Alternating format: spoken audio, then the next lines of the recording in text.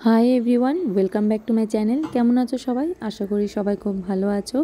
আজকের আরও একটা নতুন ব্লগে তোমাদেরকে অনেক অনেক স্বাগত। আর যেই ব্লগটা তোমাদের সাথে শেয়ার করছি এটা হচ্ছে চৈত্র সংক্রান্তির দিনের সকালবেলার ব্লগ। আর সময় ছিল তখন সকাল 5:30। আর চৈত্র সংক্রান্তি মানেই হচ্ছে বাঙালিদের বছরের শেষ দিন, চৈত্র মাসের লাস্ট দিন। আর তার পর দিন থেকে শুরু হচ্ছে নতুন বছর, পয়লা বৈশাখ। আর এই চৈত্র মাসের শেষ দিনে অর্থাৎ এই সংক্রান্তির দিনে কিন্তু বাঙালিদের অনেকের অনেক নিয়ম আছে, তবে আমি এখানে আমাদের যেটা নিয়ম সেটাই তোমাদের সাথে শেয়ার করছি। আর এই সকাল সকাল উঠে উঠান ধোয়ানো, বাসি ঘর ঝাড় দেওয়া, বাসি কাজ করা, এটা কিন্তু আমাদের প্রত্যেকটা বাড়ির বউদের কিন্তু কাজ। সকালে এটাই আমাদের প্রথম কাজ।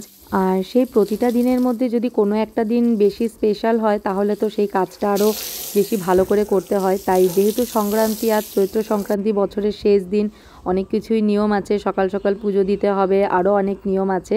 তো তাই সকাল সকাল উঠে কিন্তু আগে বাসি কাজগুলো সেরে ফেলেছিলাম আমি। তারপর ব্রাশ করে মুখ ধুয়ে প্রথম যেটা নিয়ম আমাদের সেটা হচ্ছে তিতা মেখে স্নান করতে হয়।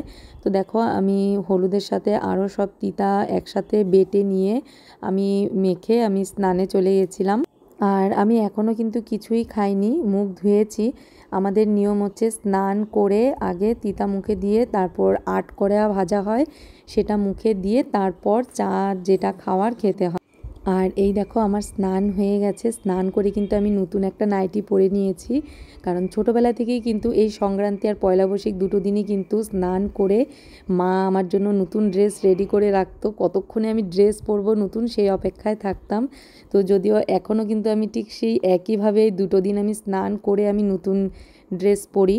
আর এই নিয়মগুলো কিন্তু আমি আমার মায়ের কাছ থেকেই শিখেছি। আর বিয়ের পর আমি আমার শাশুড়ি মায়ের কাছেও দেখেছি যে আমার বাপের বাড়ির আর শ্বশুর বাড়ির নিয়ম কিন্তু একই রকম সব। তাই আমার এই নিয়মগুলো পালন করতে কিন্তু আমার একদম অসুবিধা হয় না। আর যদি আলাদাও হয় আমি বলবো যে প্রত্যেকেরই যার যেটা নিয়ম সেটা কিন্তু মেনে চলাটা ভীষণ ভালো। এরপর যেটা নিয়ম ছিল সেটা হচ্ছে দরজার দুপাশে দুটো নিম পাতার ডাল লাগাতে হবে আর আকন্দ ফুলের মালা দিতে হবে। তো সেটাও আমি দিয়েছি, দিয়ে আমার পূজা দেওয়াও শেষ হয়ে গেছে। আর নিয়ম মেনে চলার ব্যাপারে যেটা বলছিলাম, আমি কিন্তু সবসময় চেষ্টা করি আমার পরিবারের যেটুকু নিয়ম আছে সেটুকু মেনে চলার, কারণ এতে নিজের সংসারের মঙ্গল হয়, পরিবারের সদস্যদের মঙ্গল হয়। তাই আমি বলবো প্রত্যেককেই এই নিয়মগুলো যেটুকু নিয়ম আছে মেনে চলার, কারণ এতে সবারই মঙ্গল হবে, সংসারের মঙ্গল হবে। আর এই সব নিয়মগুলো যেভাবে আমরা আমাদের মায়ের কাছ থেকে, আমাদের দিদা ঠাকুমা, আমাদের শাশুড়ি মায়ের কাছ থেকে আমরা শিখেছি, ঠিক আমাদের ছেলেমেয়েরাও কিন্তু আমাদের কাছ থেকেই শিখবে। তাই আমি মনে করি যে প্রতিটা মায়েদের, প্রত্যেকটা বউদের কিন্তু সংসারের এই নিয়মগুলোকে মেনে চলা খুব প্রয়োজন।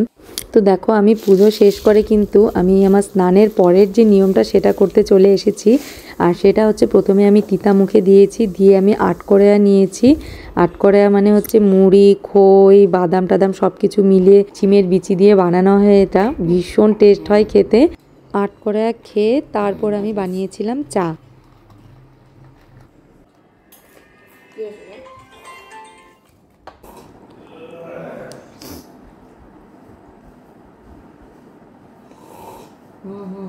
চলো চা খাওয়ার পর তারপর আমি সব থেকে মেন কাজের জন্য চলে এসেছিলাম, সেটা হচ্ছে আমি ঘর গোছানোর জন্য। আর যেহেতু চৈত্র সংক্রান্তি সেহেতু নতুন চাদর তো পাততেই হয় বিছানাতে। আর বিছানাতে নতুন নতুন বেড কভার পাততে যেমন ভালো লাগে, আমার কিন্তু নতুন নতুন বেড কভার কিনতেও ভীষণ ভালো লাগে। আর প্রত্যেকের যেমন শাড়ির কালেকশন থাকে ওয়ার্ড্রপ ভর্তি, আমার কিন্তু তেমনি শাড়ির সাথে সাথে কিন্তু বেড কভারেরও কালেকশন আছে, একদম ওয়ার্ড্রপ ভর্তি কালেকশন আমার কাছে বেড কভারের। আর এখনও তো 8-9টার মতন বেড কভার আছে যেগুলোর আমি এখনও সিলও খুলিনি। এরপর তোমাদের সাথে আমি আমার বেড কভারের কালেকশনগুলো শেয়ার করব।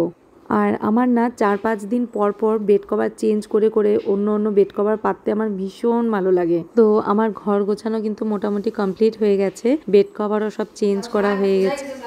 আর স্নান হয়ে গেছে।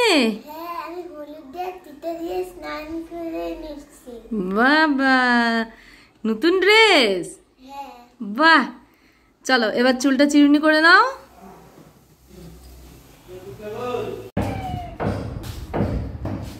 এই যে আমরা সকালের ব্রেকফাস্ট দই চিড়া খাচ্ছি। আমাদের আজকে সংক্রান্তির দিন নিয়ম দই, চিরা, খই এগুলো কলা দিয়ে মেখে এগুলো খেতে হয়, তো সেটাই খাচ্ছি। আর পুষ্পাও খাচ্ছে। কই সায়ন, কেমন হচ্ছে? ভালো। এটা আমার ভীষণ ভালো লাগে খেতে।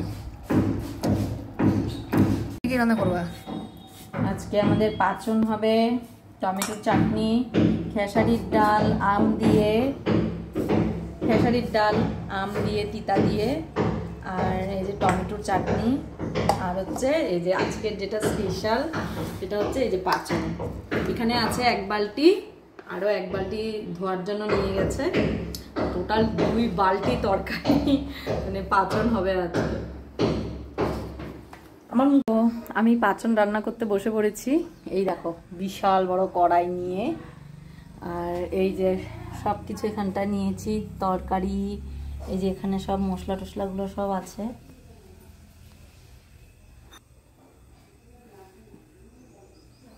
এই যে এখানে আদা বাটা, কাঁচা লঙ্কা, শুকনো লঙ্কা, তেজপাতা, নারকেল কুচি, শিমের বিচি এখানটায় ভেঙে রেখেছি, গুঁড়ো করে রেখেছি। এখন আমি তো আটাটা ওই যে উপরে আঙ্কেল সুলেমান আঙ্কেলরা আসছে না, এখানে কি মজা। তো তোমরা দেখলে কিন্তু সকালবেলা কিন্তু শুধু আমি একা না, ছোট বড় মানে আমার ছেলে মেয়ে সবাই কিন্তু সকাল সকাল স্নান করে নিয়েছে। তিতা দিয়ে স্নান করে আগে সবাই তিতা খেয়ে, আটকড়া খেয়ে তারপরেই অন্য খাবার খেয়েছে। আর চৈত্র সংক্রান্তির দিনের এই পাচন খাওয়াটাই ছিল কিন্তু আমাদের লাস্ট নিয়ম। তো ফ্রেন্ডস, কেমন লাগলো তোমাদের পুরো ব্লগটা আমাকে কিন্তু অবশ্যই কমেন্ট করে জানাবে। দেখা হচ্ছে নেক্সট আরেকটা নতুন ব্লগে। সবাই ভালো থেকো, সুস্থ থেকো, টাটা।